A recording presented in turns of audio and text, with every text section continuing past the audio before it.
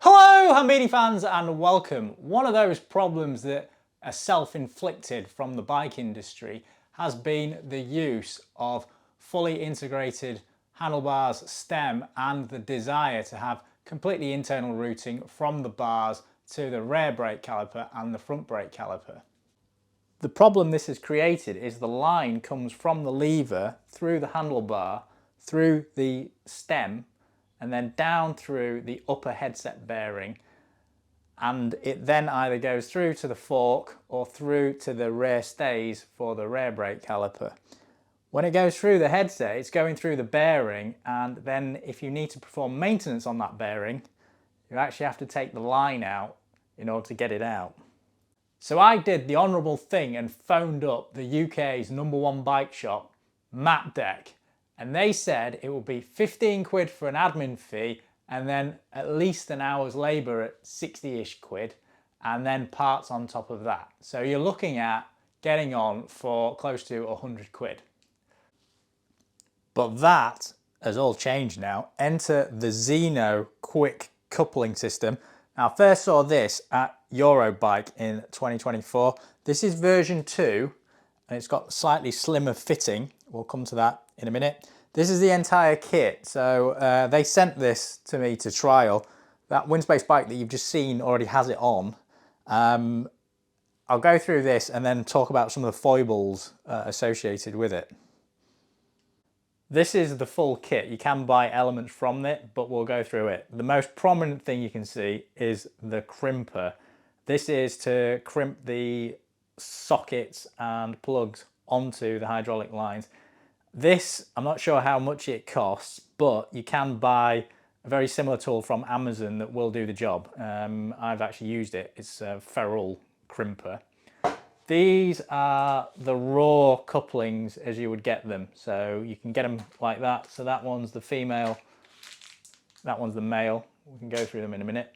And then these are lines. So you can buy them with the crimps already on. So you can get that and then you don't have to buy that. And that's probably better for the home user because there's less initial cost because you probably only use this once or twice. This is probably more designed for bike shops or people who are doing this on a regular basis.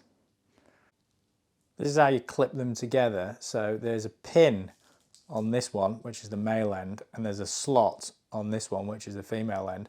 Line them up together, and then it's a bit stiff because there's an O-ring as well, and then you have to push it in. So this is easier said than done, as I'm kind of like demonstrating. There we go, and then you lock it, turn it, and then there's a little sort of slot so it locks in. So now it won't come out, so it's axially restrained. In order to disconnect it, you have to push it back in and then turn it a little bit and then it comes apart. Now each end has got a valve in, so it's easy to see on the male end, which is this one. That's the valve there. So when you disconnect it, the fluid does stop. So the valve is engaged and disengaged by the other side pushing in the center. So if I just push this with a pencil, just see the spring-loaded valve, non-return valve going in and out.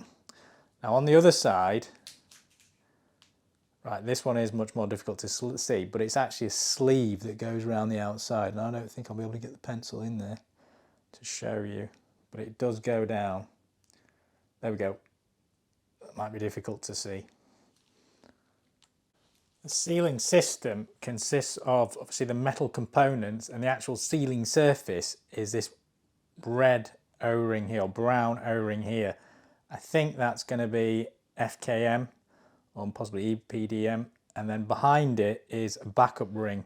And I think that's made of PTFE, and that's the white thing behind it. The only real wearing component on here is, seal-wise, is that red or brown O-ring. The rest of the parts are pretty much reusable. The body of the coupling ends, the male and the female, they look to be carbon steel, they're magnetic.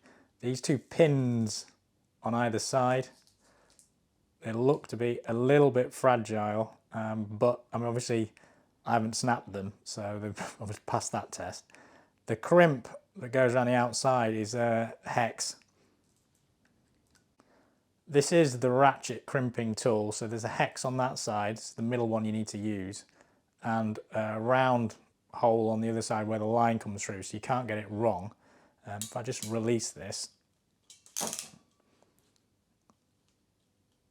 and there we've got where the line comes in, spacing, and then where the hex actually clamps. So you bring the line in up to that point and then crimp it. So I got minimal instructions with this, I guess because it was semi-prototype, but you'll probably get better ones. The instructions don't match completely what you get. So if you look along here, you've got some part numbers to determine which one of the crimps that you're supposed to use, because there's 3 different sizes. You've got the smaller one, the medium one, and the really big one. So A, B, and C.